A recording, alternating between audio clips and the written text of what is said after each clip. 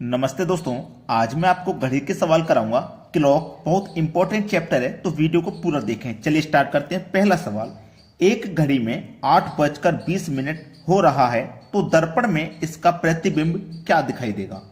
देखिएगा, कभी भी दर्पण वाला सवाल है तो याद रखना, जो दिया गया समय है या तो उसे आप 12 बजे में से माइनस करोगे या फिर 11:60 में से माइनस करोगे। अब कब कौन सा समय इस्तेमाल करना है? जब समय पूरा पूरा हो, जैसे पूरे 8 बज रहे हैं या पूरे 9 बज रहे हैं, पूरे 2 बज रहे हैं या पूरे 3 बज रहे हैं, कुछ मिनट नहीं हो रही है, पूरा पूरा टाइम है, तो उसे 12 में से माइनस करेंगे। अगर कुछ घंटे के बाद कुछ मिनट है, जैसे मान लो 8:20 हो रही है इस सवाल में, है ना, तो इसमें मिनट भी है, जो मिनट भी दे रखी होगी तो उसको 11:60 में से माइनस करना है। 11:60 में से माइनस करना है किसको? जो दिया गया समय है 8:20 को माइनस कर दीजिए। 60 में से 20 जाएगा तो 40 बचेगा, और 11 में से 8 जाएगा तो 3 बचेगा। तो आंसर क्या होगा? 3:40। बताइए, कोई बच्चा ऐसा है जो इसको नहीं कर पाएगा? धमाकेदार है बिल्कुल। 3:40 आपके सवाल का हो गया बिल्कुल सही जवाब। आपके फोन में जो लाइक का बटन है ना, उसे दबा दीजिए, पसंद आ रहा है वीडियो तो। अब देखते हैं अगला सवाल।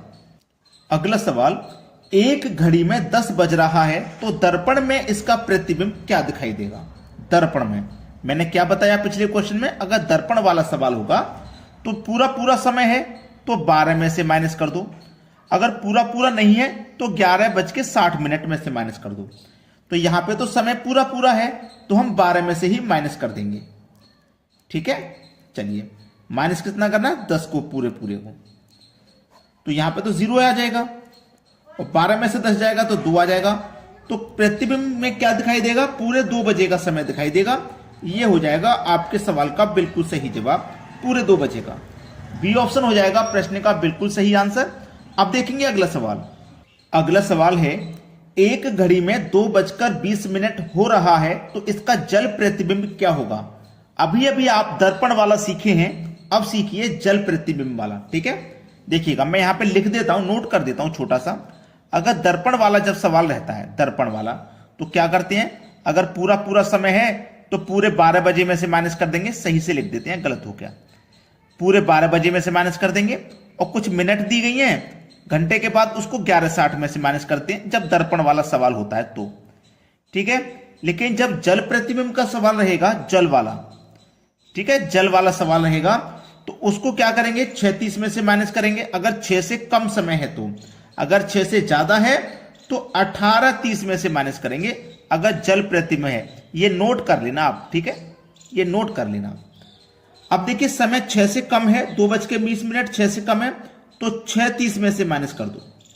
ठीक है, 2:20 को माइनस कर दो। 30 में से 20 जाएगा तो यहां 10 आ जाएगा, और 6 में से 2 जाएगा तो यहां 4 आ जाएगा, यानी कि 4:10 हो गया सवाल का सही आंसर।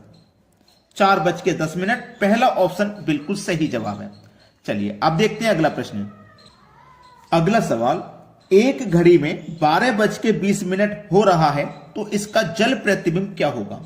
हमने क्या बताया था आपको, अगर 6 से कम समय है तो 6:30 में से माइनस कर दो, अगर 6 से ज्यादा है तो 18:30 में से माइनस कर दो, है ना। तो ये तो 6 से ज्यादा है, तो इसको 18:30 में से माइनस कर देंगे। ठीक है, 18:30 में से माइनस कर देंगे 12:20 को, तो 30 में से 20 जाएगा, यहां 10 आ जाएगा, और 18 में से 12 जाएगा तो 6 आ जाएगा। ये आपके सवाल का बिल्कुल सही जवाब है। 6:10, 6:10 पहले ही ऑप्शन में दिया गया है, ये आपके सवाल का हो जाएगा बिल्कुल सही आंसर। अब देखते हैं अगला सवाल। अगला सवाल, एक घड़ी में 1 बजे 1 बार, 2 बजे 2 बार, 3 बजे 3 बार बजती है, तो 24 घंटे में कितनी बार बजेगी। देख घड़ी, 1 घंटे में 1 बार, प्लस 2 घंटे में 2 बार, प्लस 3 घंटे में 3 बार, ऐसे ही 4 घंटे में 4 बार, और ऐसे ही बजेगी, तो 12 घंटे में 12 बार बजेगी। ठीक है, 12 घंटे में 12 बार बजेगी। अब सबको जोड़ेंगे तो कितनी बार बजेगी? सबको जोड़ेंगे, 1 घंटे में 1 बार, 2 घंटे में 2 बार, 3 घंटे में 3 बार, 4 घंटे में 4 बार, 12 घंटे में 12 बार, 11 घंटे में 11 बार, ऐसे कितनी बार बच गई। तो सबसे सरल तरीका है कि आप इनके बीच का अंतर देखें। सभी के बीच में अंतर 1 का है, तो 12 तक अंतर 1 का ही चलेगा सब में। तो first plus last divide by 2, 1 से 12 तक कितनी संख्या है? 12। तो 12 से कर देना आपको गुना। 1 और 12 मिला के 13 बटे में 2 मल्टीप्लाई 12। 2 छिक्के 12, 13 छिक्के 78। ठीक है, 13 छिक्के 78। तो देखिएगा 12 बार में ये 78 बार बजेगी 12 घंटे में। जैसे 1 घंटे में 1 बार, 2 घंटे में 2 बार, 3 घंटे में 3 बार, ऐसे ही 12 घंटे में वो 78 बार बजेगी। और हमें बजाना कितनी बार है? 24 घंटे में। अब भाई एक घड़ी में 12 ही घंटे होती हैं, तो हम 12 घंटे का ही तो निकाल सकते हैं। तो हमने 12 घंटे का निकाल लिया 78। 12 घंटे का 78, तो फिर से 12 घंटे में 78 बार बजेगी।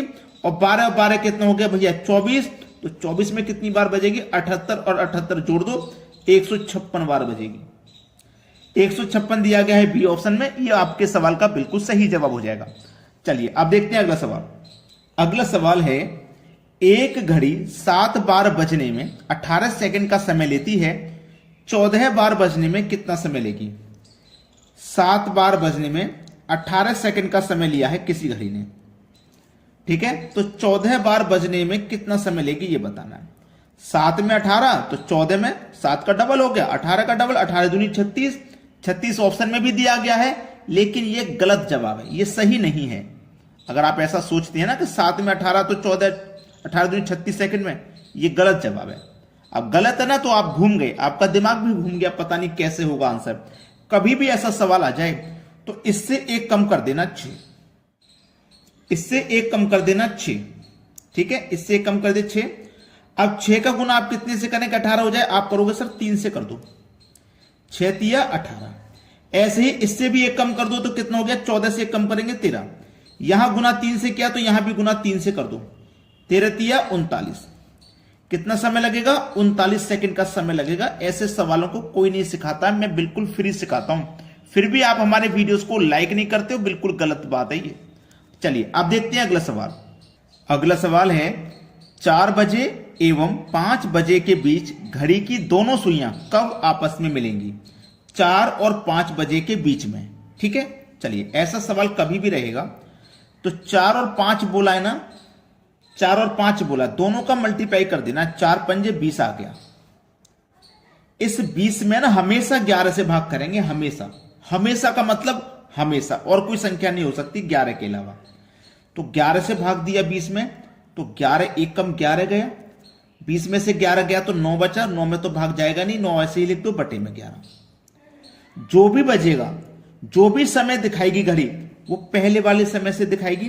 तो पहले वाला समय लिखिए, ठीक है। अब पहले वाला समय जब आप लिखेंगे, ठीक है, पहले वाला समय लिख लिया। अब आपको क्या करना है, ये जो 20 था ना, इसमें इस 1 को जोड़ देना है। 20 में 1 जोड़ेंगे 21, ठीक है। अब यही लिख देना है 9 बटे 11।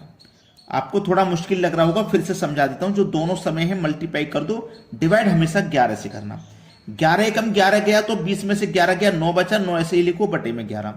जो भी समय होगा पहले वाले से, तो पहले वाला समय लिख दो, इस ऊपर वाली संख्या को और इस 1 को जोड़ के लिख दो, बस इसको ऐसे। अब देखो ये किस ऑप्शन में? डी ऑप्शन में मिल जाएगा आपको। डी ऑप्शन हो जाएगा आपके सवाल का बिल्कुल करेक्ट आंसर। चलिए अब देखते हैं अगला सवाल। अगला सवाल, 3 बजे एवं 4 बजे के बीच घड़ी की दोनों सुइयां कब आपस में मिलेंगी? ठीक है, 3 बजे और 4 बजे के बीच बोला है ना।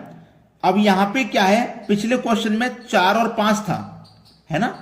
पिछले क्वेश्चन में 4 और 5 था, हमने दोनों का गुना कर दिया था, समझे ना मेरी बात को। लेकिन यहां पे 3 और 4 है, क्या मैं दोनों का गुना कर दूं? नहीं, नहीं करना। क्या करना है, ध्यान देना। जो पहले वाली संख्या है, पहले वाली संख्या जो भी है, उसका गुना हमेशा 5 से करना। पिछले क्वेश्चन में पहले वाली संख्या 4 थी, तो हमने 4 का ही गुना 5 से कर दिया। यहां पे पहले वाली संख्या 3 है, तो गुना हमेशा 5 से करना है, ठीक है। 3 पंजे 15, डिवाइड कितने से करना है? 11 से। 11 कम 11, 15 में से 11 कर रहा है, 4 बचा बटे में 11। इसको जोड़ देना, भूलना मत। पहले वाला समय लिखिए, ठीक है। अब इसको जोड़ दो 15 में 1, तो कितना हो गया भैया? 16। 4 बटे 11, देखो किस ऑप्शन में है? बी ऑप्शन में है कि नहीं? बिल्कुल सही जवाब हो गया बी ऑप्शन। सभी से कहूंगा मैं, वीडियो पसंद आया है लाइक करें, दोस्तों में शेयर करें, और कमेंट में बताएं आपको हमारे वीडियोस कैसी लगती है। ठीक है दोस्तों, धन्यवाद।